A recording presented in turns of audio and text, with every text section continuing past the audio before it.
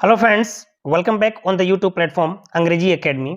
Dear students, अगर इस channel को आपने सब्सक्राइब नहीं किया तो सब्सक्राइब करना ना भूलें प्लीज़। देखिए, इस सेशन में हम इंग्लिश लिटरेचर के बारे में डिस्कशन करेंगे, जिसके अंदर आपकी जो इंडियन राइटिंग्स हैं उनके बारे में आपको इंट्रोडक्शन कराऊंगा। देखिए, इसके अंदर आपके जो इंडियन ऑथर्स हैं उनके बारे में हम बहुत डिटेल से वर्णन करेंगे, डीपली इनके बारे में। कोई भी एग्जाम हो, चाहे TGT, PGT, KVS, state level का कोई भी एग्जाम हो, कोई से भी स्टेट का, और स्पेशली जो राजस्थान जो स्टेट है उसके अंदर first grade, second grade, third grade, उनमें से निश्चित रूप से इस सेशन में से आपके सामने क्वेश्चंस मिल जाएंगे। ओके डियर, तो इंग्लिश लिटरेचर की मैं आपको सबसे पहले जान पहचान करवाता हूं। इससे आपको इंग्लिश में लॉट ऑफ कॉन्फिडेंस क्या होगा, रिकवर होगा आपका, क्योंकि इससे आपको ये पता चलेगा कि इंग्लिश लिटरेचर को हमें पढ़ना कैसे है। ओके डियर, तो सबसे पहले मैं आपको कुछ स्टोरीज बताता हूं, जिससे आपको ये पता चलेगा कि इंग्लिश की शुरुआत कैसे होती है। देखिए स्टूडेंट्स, यहाँ क्या होता है कि हमारी जो इंडियन राइटिंग है उसकी जो जर्नी है वो बताता हूं मैं। इंडियन राइटिंग की शुरुआत होती कहाँ से है और ये क्या कहलाती है, इंडियन इंग्लिश लिटरेचर कैसे कहलाती है। जिस तरह से आपने देखा होगा कि अमेरिका में जो लिटरेचर लिखी जाती है उसको हम बोलेंगे अमेरिकन लिटरेचर। उसके बाद में जो आपका ऑस्ट्रेलिया में जो लिटरेचर लिखी जाती है उसको बोलेंगे अपन ऑस्ट्रेलियन, और ब्रिटिश में जो लिखी जाती है उसी को हम क्या बोलेंगे, इंग्लिश लिटरेचर।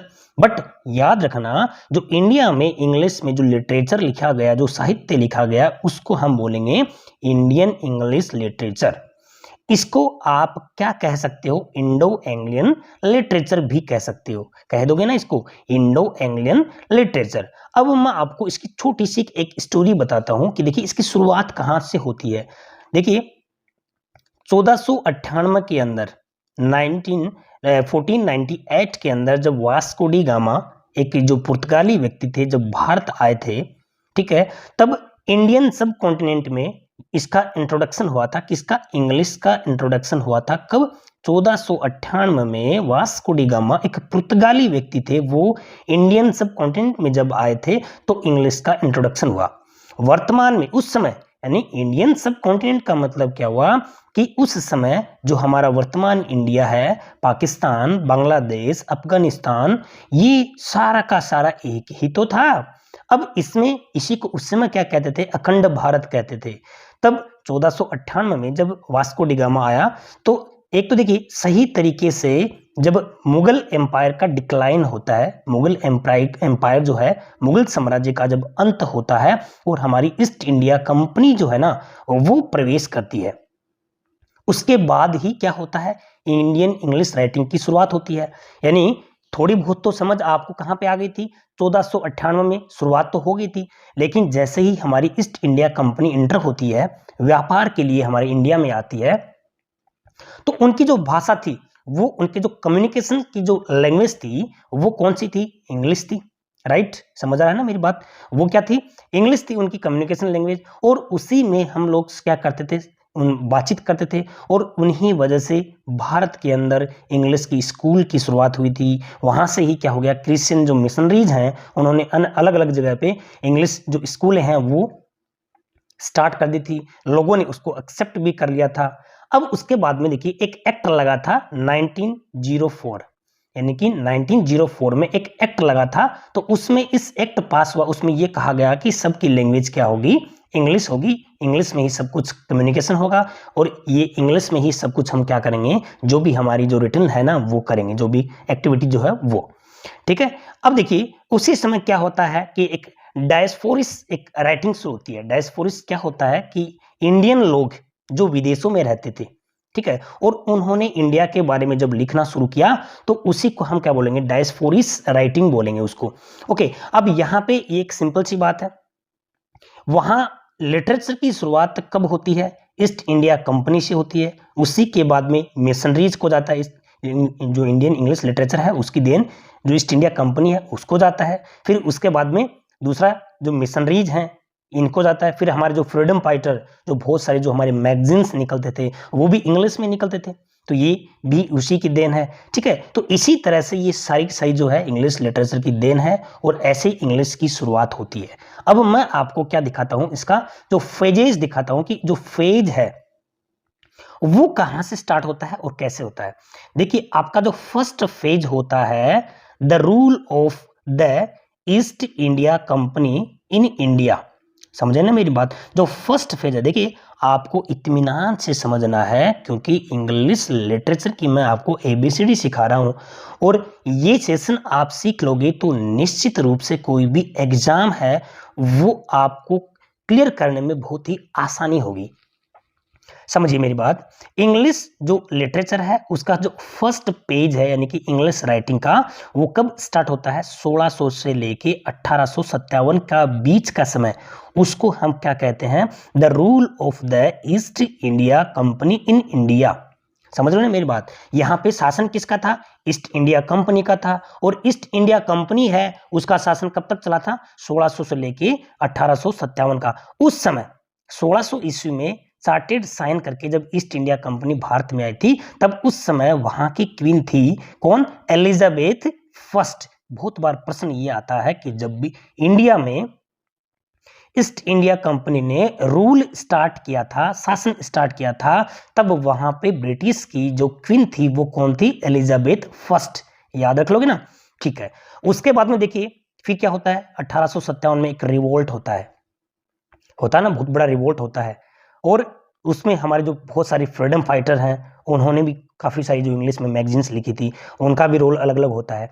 फिर देखिए सेकंड फेज स्टार्ट होता है तो उसमें क्या करती है, the rule of British crown, फिर ब्रिटिश का रूल स्टार्ट हो जाता है, ठीक है। उस समय जब ब्रिटिश का जब रूल स्टार्ट होता है तो वहां की क्वीन थी विक्टोरिया।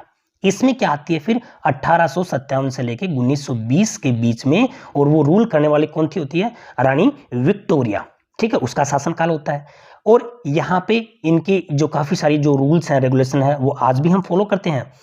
उसके बाद में जो हमारा थर्ड फेज आता है वो आता है गांधीयन एरा, गांधी युग आता है इंडियन लिटरेचर में, ये बहुत इंपॉर्टेंट है। और ये 1920, आपने सुना होगा ना, 1920 में गांधी जी की एंट्री होती है। बहुत सारे जो उसके जो चलते हैं ना, जैसे कि असहयोग आंदोलन है, भारत छोड़ो आंदोलन है, काफ़ी सारे उसके जो चलते हैं, काफ़ी सारे उनका कोऑपरेशन होता है हमारे इंडिया के अंदर, और आज हम उनको राष्ट्रपिता कहते हैं। हालांकि इसका कोई उसमें उल्लेख नहीं है हमारे जो है इंडियन कॉन्स्टिट्यूशन में, बट एक रेस्पेक्ट के तौर पर ये चीज़ें हम बोलते हैं। तो गांधी युग कब होता है, 1920 से लेके 1947 तक। उसी समय क्या होता है, देखिए वर्ल्ड वार स्टार्ट होता है 1914 से लेके 1918 तक, वो आपने पढ़ा होगा। तो ये सारी चीजें इसी फेज के अंदर होती हैं। उसके बाद में हमारा जो फोर्थ फेज आता है वो इंडिपेंडेंस ऑफ इंडिया, स्वतंत्र भारत का स्वतंत्रता, और उसके बाद की स्थिति यानी कि 1947 से लेके जो प्रेजेंट में चल रही है वो युग है, जिसके अंदर काफी सारी जो लिटरेचर लिखी गई है, जो साहित्य लिखा गया है, जितने भी हमारे इंडियन राइटर होते हैं, वो ये एक फेज है, ये एक एबीसीडी है जो आपको थोड़ा सा अपने दिमाग में रखना पड़ेगा मेरे डियर, ऐसे आपको याद करना पड़ेगा। अब मैं आपको बहुत इंपॉर्टेंट फैक्ट के बारे में लेके चलता हूं जहां से आपको शुरुआत करनी है। देखिए इंडियन राइटिंग के जो हमारी है, इंडियन राइटिंग जो है लिटरेचर के अंदर, उसमें ये चीजें आपको याद करनी पड़ेंगी। क्या क्या याद है, the first book in English by, तो फर्स्ट बुक कौन सी है इंग्लिश में, पहली जो बुक है वो 1793 के अंदर कौन सी, the travels of Dean Mohammed. कौन सी आती है भाई, the travels of Dean Mohammed. Exam कोई भी हो, लिटरेचर अगर आ गई तो इनसे बाहर कुछ भी नहीं आएगा, ये मेरी गारंटी है, याद रख लेना आप लोग। तो फर्स्ट बुक जो लिखी गई इंडियंस के द्वारा वो इंग्लिश में लिखी गई, 1793 में लिखी गई। कौन सी थी, the travels of Dean Mohammed, और शेख डीन मोहम्मद के द्वारा लिखी गई। द फर्स्ट पंपलेट छपा, पंपलेट लिखा गया इंग्लिश के अंदर, और उसके अंदर वो 1806 में, ठीक है, तो ये भी आपको याद रखना है। उसके बाद में फर्स्ट प्ले, जो हमारा पहला जो प्ले है, पहला जो नाटक है इंग्लिश में लिखा गया, द प्रोसिक्यूटेड, किसके द्वारा, के.एम. बनर्जी के द्वारा लिखा गया, आपको याद रखना पड़ेगा, कब, 1813 ईस्वी में, ठीक है। नेक्स्ट है the first Indian English novel, तो फर्स्ट इंडियन इंग्लिश नोवेल है जिसका जो टाइटल दिया गया था राजमोहन्स वाइफ, ये पब्लिश हुआ था 1864 में और बंकिम चंद्र चटर्जी के द्वारा लिखा गया था। याद रख लोगे, ऐसे ही तो टीचर्स एग्जाम में पूछे जाते हैं, ऐसे ही तो टीजीटी, केवीएस, पीजीटी, जितने भी टेट एग्जाम होते हैं ऑल स्टेट में, यही तो पूछे जाते हैं ये चीजें, आपसे पूछ लिया कि फर्स्ट इंडियन इंग्लिश नॉवेल कौन सा है, किसके द्वारा लिखा गया, कब पब्लिश हुआ था, फर्स्ट प्ले कौन सा है, ठीक है, किसके द्वारा इसको रिटर्न किया गया है। ओके डियर, ये चीज़ें आपको याद करनी पड़ेंगी। नौकरी के लिए, ऊंचा जाने के लिए, अच्छी पोस्ट लेने के लिए आपको you have to read all these things please. Next देखिए, ये आता है बिना का। The young Spanish maiden written in 1878 by Toru Dutt, Toru Dutt के द्वारा ये लिखा गया है बिना का। और यहाँ पे द यंग स्पेनिश मैडन ये नाम है इसका, और 1878 में टरूदत्त के लिखा गया है, और ये फर्स्ट इंडियन पोइटिस थी। समझे ना, टरूदत्त है वो पहली भारतीय लेखिका थी इंग्लिश के अंदर जिसने 1878 में द यंग स्पेनिश मैडन लिखा था। समझ आया? तो ये थी। नेक्स्ट देखिए, अब हम बात करते हैं हमारे मेन चीजों की। क्या क्या आता देखिए अब। The Mahabharata of Krishna Devayan Vyasa, translation of Mahabharata into English by the Kisari Mohammad Ganguli Dhan Gopal Mukherjee के द्वारा महाभारत को ट्रांसलेट किया गया है इंग्लिश में। समझ आया आपको? ये नाम याद रख लो, किसके द्वारा किया गया है। जैसे कि महाभारत को इंग्लिश में ट्रांसलेट किसके द्वारा किया गया है, किसारी मोहन गांगुली के द्वारा किया गया है। ठीक है, नेक्स्ट क्या था, the first Indian author to win a literary award, जो पहला भारतीय लेखक जिसने साहित्य में अवार्ड प्राप्त किया है, अवार्ड जीता है, वो कौन है, पीपाल। पीपाल फाउंडेड प्रेस, जिसने प्रेस को भी फाउंड किया 1950 में फॉर इंडियन इंग्लिश लिटरेचर, भारतीय इंग्लिश का जो साहित्य है उसके लिए प्रेस भी इन्होंने चला दी थी 1950 में। समझ आया? तो ये वाला पॉइंट भी देखिए आपको याद हो गया है। नेक्स्ट देखते हैं अब उसके बाद में, अब आते हैं आपके मेजर जो लिटरेरी पोइट हैं। तो राजा राम मोहन राय के बारे में मैं आपको कुछ इंटरेस्टिंग फैक्ट बताता हूं। सबसे पहले राजा राम मोहन राय है वो एक रिलीजियस, पॉलिटिकल, सोशल रिफॉर्मिस्ट थे। ठीक है, अब ये जो इनको फादर ऑफ बंगाल रेनेसा भी कहा जाता है। रेनेसा का मतलब होता है ना पुनर्जागरण। अब इनको राजा का जो टाइटल दिया था वो मुगल एम्परर अकबर ने दिया था, ये ध्यान रखना। और एक संवाद कौमुदी नामक इन्होंने एक पत्रिका भी लिखी थी, याद रख लोगे। 1984 में ये आत्मीय सभा और कलकत्ता यूनिटेरियन एसोसिएशन 1821 इसकी स्थापना की थी, और 1828 में ब्रह्म सभा और ब्रह्म समाज की स्थापना की थी। ये याद रखना। देखिए राजा राम मोहन राय के बारे में स्पेशली हम पॉलिटिकल में ज्यादा पढ़ते हैं, लेकिन इंग्लिश में इनका क्या योगदान रहा था, evolution of Indian English poetry, उसमें भी इनका कुछ योगदान रहा है। वो his effort to lead the abolition of Sati, देखिए सती की जो प्रथा जब इन्होंने खत्म की थी वो 1829 में की थी लॉर्ड विलियम बेंटिंग के समय में। ठीक है, ये इन्होंने इनके एफर्ट्स, इनके प्रयास से किया था। और विलियम बेंटिंग उस समय क्या थे, एक ब्रिटिश शासक थे। राजा Ram Mohan Roy first published work, ये याद रखना आपको, इनको इंग्लिश का जो इनका फर्स्ट पब्लिक वर्क है वो तुफत उल मुवाहिदीन, ये इनका नाम है, ये याद रख लेना आप लोग। ठीक है, कई बार आपसे पूछेंगे तब। ही translated the Vedas and 5 of the Upanishad into Bengali, Bengali में इन्होंने क्या किए थे, ट्रांसलेट किए थे वेद हैं और उपनिषद इनको। He supported David Hare's effort to find the Hindu college in 1870s while Roy's English school taught mechanics and Voltaire philosophy. देखिए इन्होंने हिंदू कॉलेज की स्थापना की थी। आपको एक सिंपल सी चीज़ है, ये न ध्यान में रख के आपको ये रख लो कि वेदांता कॉलेज जो एक हिंदू कॉलेज थी, जो 1825 में इन्होंने क्या किया था, स्टेब्लिश किया था, जहाँ पे both Indian learning and western social physical science जो है ना वो चलती थी उसके अंदर। तो ये थोड़ा सा आप राजा राम मोहन राय के बारे में लर्न कर लेना। अब आपका बहुत सारे ऐसे जो इंडियन इंग्लिश पोइट हुए हैं, ठीक है, उनके बारे में आपको थोड़ा बताता हूँ मैं। देखिए यहाँ पे स्पेशली हमने एक इनका थोड़ा सा सूट है ना वो इंक्लूड किया है, क्योंकि हम 1 बाय 1 इंडियन जो राइटर हैं उनको अलग से कवर करेंगे, ये याद रखना। सिर्फ आपको मैं इंट्रोडक्शन करा रहा हूँ हमारा जो इंग्लिश लिटरेचर ना उसका। तो देखिए नेक्स्ट फिर आते हैं हेनरी लुइस डेरोजियो। ये एक क्या थे, उस हिंदू कॉलेज में प्रोफेसर थे ये। और इन दोनों की आपको ये 2 चीज़ याद रखना है, ठीक है। जैसे कि हेनरी लुइस डेरोजियो है, इनकी माँ तो वो एक ब्रिटिश वुमेन थी, इनका जो फादर था वो क्या था, एक पुर्तगाली था, और इनका जन्म कहाँ पे हुआ था, कलकत्ता में हुआ था। तो ये थोड़ा आपको जानकर रखना है। इनकी जो 2 फेमस है ना, ये वाला पूछा गया, देखिए टीचर्स एग्जाम में ये वाला पूछा गया, द फकीर ऑफ जंगीरा, ये किसकी है, हेनरी लुइस डेरोजियो की है। और a metrical tale and other poem, ये किसकी लिखी गई है, ये वाला हेनरी लुइस डेरोजियो है। उसके बाद में था रोमेश चंद्र दत्त, ये थोड़ा सा इनको ये याद रख लेना कि भाई रोमेश चंद्र दत्त भी थे, और ये ऋग्वेद को बंगाली में ट्रांसलेट किया है 1885 में। तो ये लिटिल बिट थोड़ा बहुत आपको मैं इनके बारे में इंट्रोडक्शन दे रहा हूँ, डिटेल से हम आपको बाद में 1 to 1 इनके पर्सनल लेंगे, जैसे कि ये वाला ले लिया, फिर जैसे कि अनीता देसाई ले लिया, तरुदत्त ले लिया, ऐसे हम उनकी जो मोस्ट इंपॉर्टेंट थिंग्स है ना वो डिटेल से बाद में पढ़ेंगे। सिर्फ मैं आपको इंडियन इंग्लिश लिटरेचर का इंट्रोडक्शन करा रहा हूँ मैं, ओके डियर। उसके बाद में आते हैं श्री अरविंदो। देखिए, he was a famous poet and Indian writer, okay. ये जो है इनके बारे में हर कॉम्पिटिटिव एग्जाम्स में पूछा जाता है डियर, ठीक है। इनके बारे में मैं क्या लिखूँ, जितना लिखूँ उतना ही कम है। देखिए, इनका बर्थ होता है 15 अगस्त 1872 को कोलकाता में, वेस्ट बंगाल, इंडिया। ये तो इनका जन्म है। इनका जो डेथ होता है वो 5 दिसंबर 1950 को पांडुचेरी, इंडिया में। और उनके फादर का नाम था के डी घोष और इनकी मदर का नाम था स्वर्णलता देवी। स्पाउस यानी कि इनकी पत्नी का नाम था मृणाली देवी। स्पाउस का ध्यान रखना भाई, हम मोस्टली जो न्यू कमर है ना, जो सीखने वाले हैं, जो नो सीखे हैं, उनको स्पाउस का पता नहीं होता कई बार, तो ध्यान रखना। पति पत्नी है ना तो उसको बोलते हैं, पत्नी तो है इनकी मृणाली देवी। इन्होंने श्री अरविंदो आश्रम को 1926 में स्टेब्लिश किया था। और इनकी जो फिलोसफी है वो इंटीग्रल योगा, इवोल्यूशन, ठीक है, इनवोल्यूशन और evolution, integral psychology, intermediate zone, ये इनकी क्या है फिलोसफी है। तो हमें इन चीज़ों पे ना ध्यान देके इनकी जो लिटरेरी वर्क है ना उन पे ध्यान देना। तो द लाइफ डिवाइन और द सिंथेसिस ऑफ योगा और सावित्री। देखिए, ये टीचर्स एग्जाम में पूछा गया है सेकंड ग्रेड में। The longest a poem of 24,000 line, ये वाला क्वेश्चन पूछा गया है कि सावित्री जो है वो वर्क लॉन्गेस्ट वर्क है। और ये इसमें देखो कितनी है, 24,000 लाइनों की एक पोएम है। और ये सावित्री उसका नाम है। और ये किसकी है, देखिए श्री अरविंदो की है। ये वाला क्वेश्चन पूछा गया था, आप उठा के देख सकते हो, चाहे आरपीएससी की सेकंड ग्रेड टीचर्स एग्जाम में इसको पूछा गया था, ठीक है। तो ये अरविंदो के बारे में हमने आपको कुछ इंपॉर्टेंट फैक्ट बताए हैं।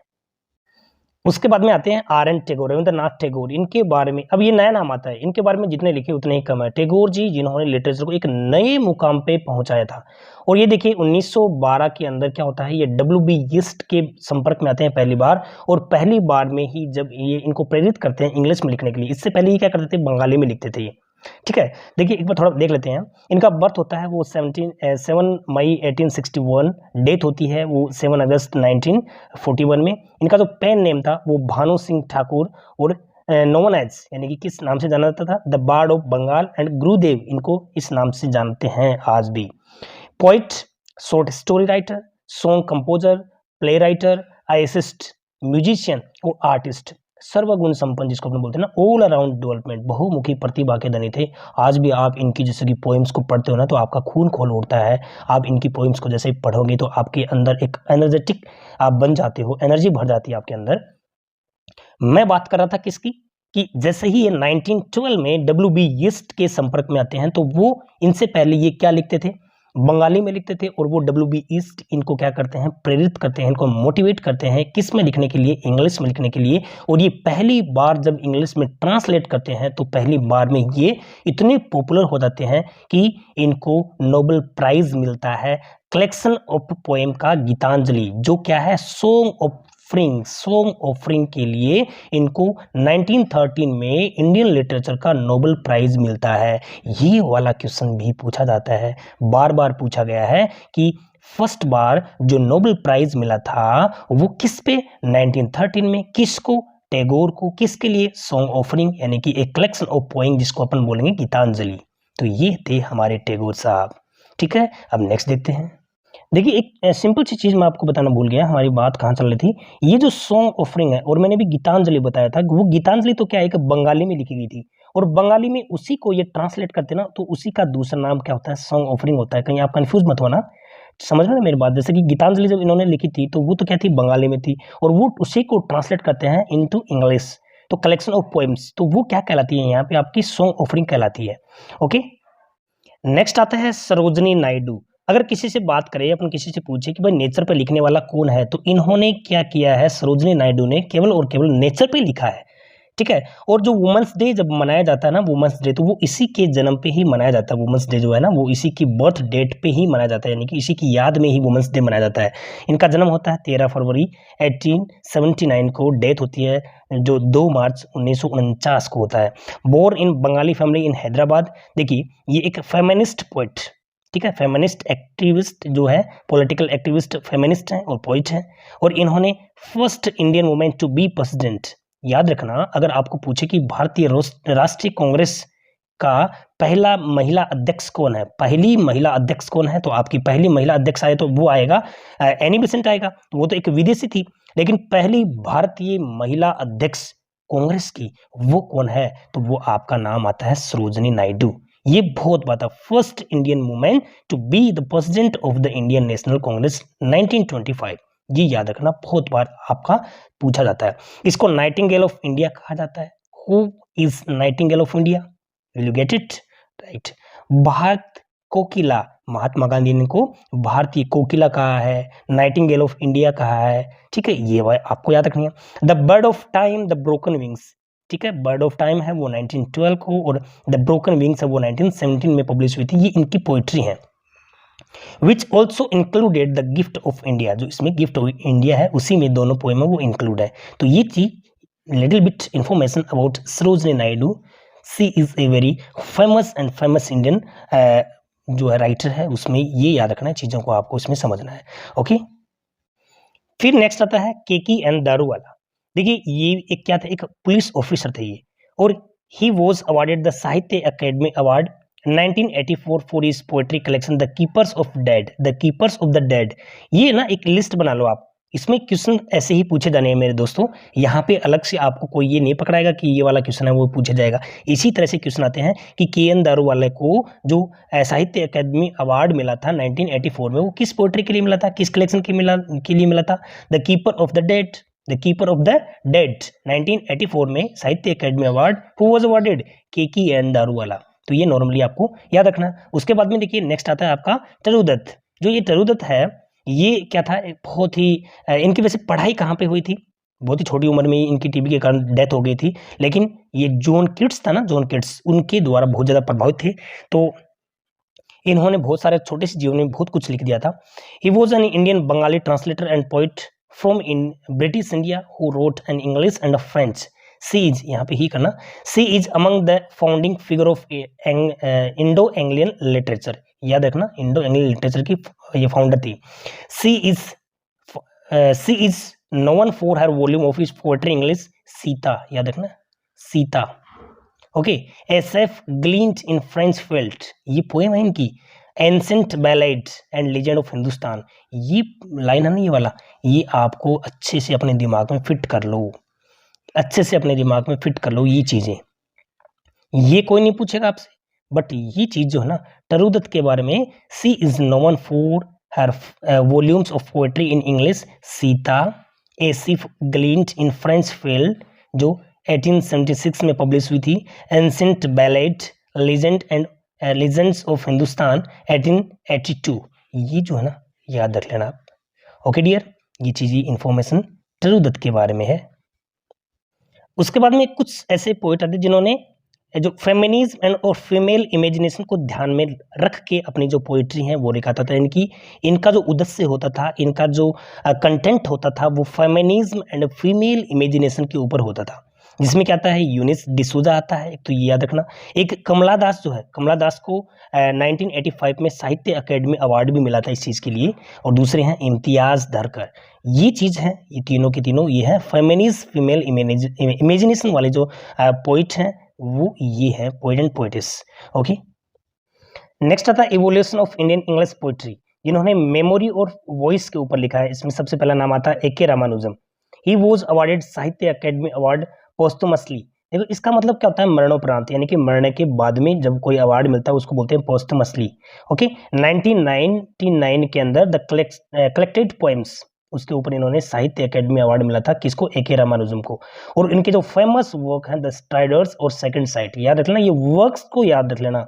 नोटेबल जो वर्क है ना, इनकी प्रमुख जो वर्क हैं the striders second sight, AK. Ramanujam, इनको साहित्य अकेडमी अवार्ड कब मिला था, 1999 के अंदर। उसके बाद में आता है आपका आगा साहिद अली। देखिए ये जो आगा साहिद अली है, इनको 2001 यानी कि 2001 में नेशनल बुक अवार्ड मिला था, इनको नेशनल बुक अवार्ड मिला था। और कोई आपसे पूछे कि जब पार्टीशन होता है, पार्टीशन किसका, आपका जब इंडिया और इसका पाकिस्तान का जब पार्टीशन हुआ था, तब ये उस पार्टीशन के ऊपर इन्होंने बहुत लिखा था, ठीक है। तो वो जो है वो भी याद रखना, इन्होंने ही लिखी थी अपनी इंग्लिश की जो ऊपर है पार्टीशन के ऊपर। उसके बाद में आता है जयंता महापात्रा। देखिए जयंता महापात्रा ये एक फिजिक्स के लेक्चर थे, लेकिन इन्होंने इंग्लिश में लिखना स्टार्ट कर दिया। तो देखिए he is the first Indian poet to win a Sahitya Akademi award for English poetry. English poetry के लिए फर्स्ट इंडियन पोइट है, समझे ना मेरी बात, याद रखना। साहित्य अकेडमी अवार्ड लेने वाले इंग्लिश पोइट्री के अंदर ये पहले भारतीय है। He is the author of poems such as Indian summer and hunger. ये इन दोनों की क्या है, फेमस पोएम है इनकी, ये दोनों के दोनों, इंडियन समर और हंगर। ये जयंता महापात्रा जो पहला भारतीय कवि है जिन्होंने इंग्लिश पोइट्री के अंदर इनको साहित्य अकेडमी अवार्ड मिला है।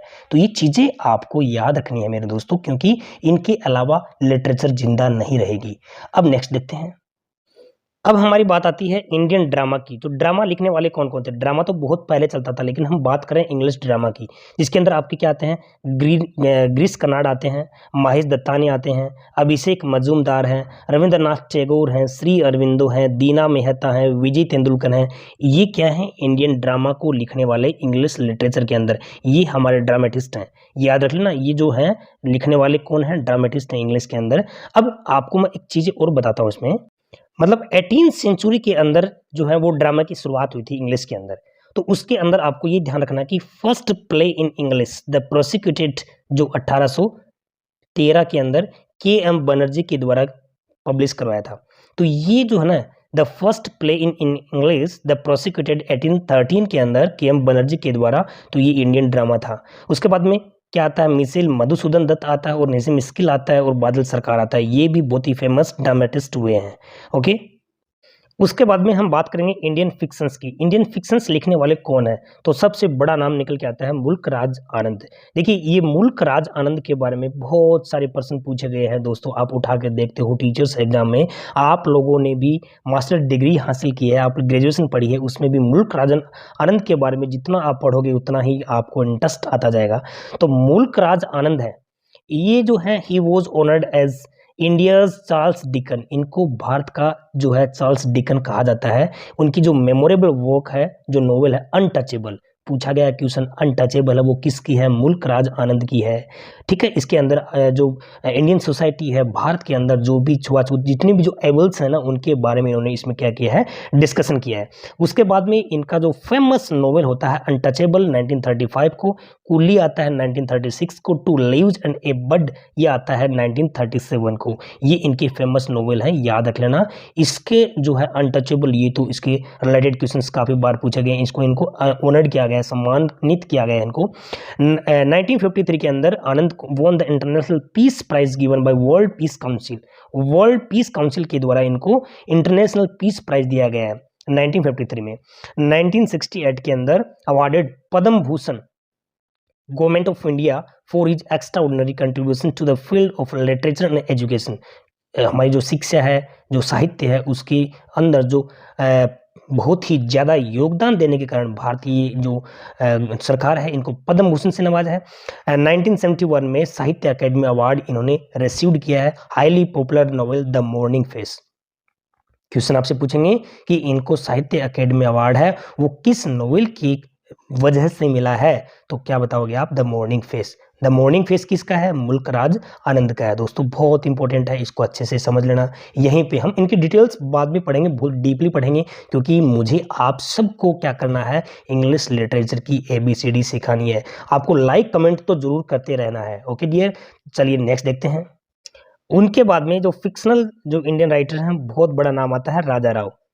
ठीक है, तो नेक्स्ट हमारा जो आता है वो राजा राव। तो ये राजा राव जो है वो ऑलमोस्ट नेशनलिज्म पे लिखते हैं, समझे मेरी बात। 8 नवंबर 1908 को इनका जन्म होता है, 8 जुलाई 2006 को इनकी डेथ होती है। Indian American writer of English language novels and short stories, समझे मेरी बात। इंडियन अमेरिकन राइटर हैं जिन्होंने इंग्लिश लैंग्वेज में नॉवेल्स और शॉर्ट स्टोरीज लिखी हैं। Raja Rao awarded the Neustadt international prize for literature, बहुत बड़ा ये एक अवार्ड है जिनको इनको 1988 में मिला था।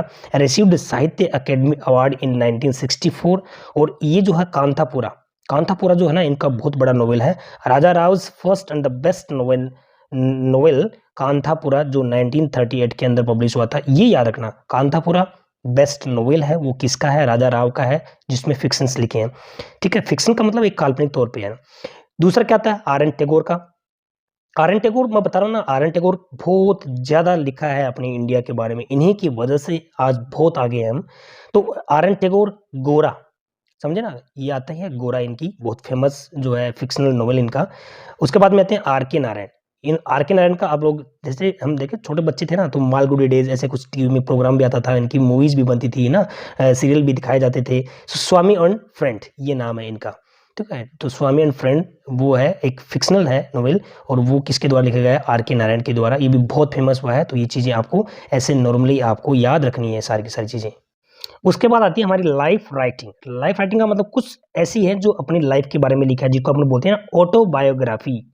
समझे मेरी बात? इसके अंदर सबसे बड़ा नाम निकल के आता है महात्मा गांधी का माई एक्सपेरिमेंट विद ट्रुथ। ये आप पढ़ोगे, आई होप कि इसमें शायद सेकेंड ईयर की हिंदी लिटरेचर में भी चलती है ये वाली बुक जो है ना, सत्य के साथ मेरा प्रयोग। तो आप जैसे ही पढ़ोगे ये ऑटोबायोग्राफी है। उसके बाद में कुछ लेटर्स आते हैं जो जेएल नेहरू और सरोजनी नायडू के हैं। कमला दास की आती है माई स्टोरी आती है। आर के नारायण का माई डेज, और Nirad C Chaudhuri autobiography of an unknown Indian. ये चीजें हैं वो लाइफ राइटिंग यानी कि ऑटोबायोग्राफी हैं, ये इन्हीं खुद के बारे में यहाँ पे लिखी गई हैं, जो आपके सामने निकल के आती हैं।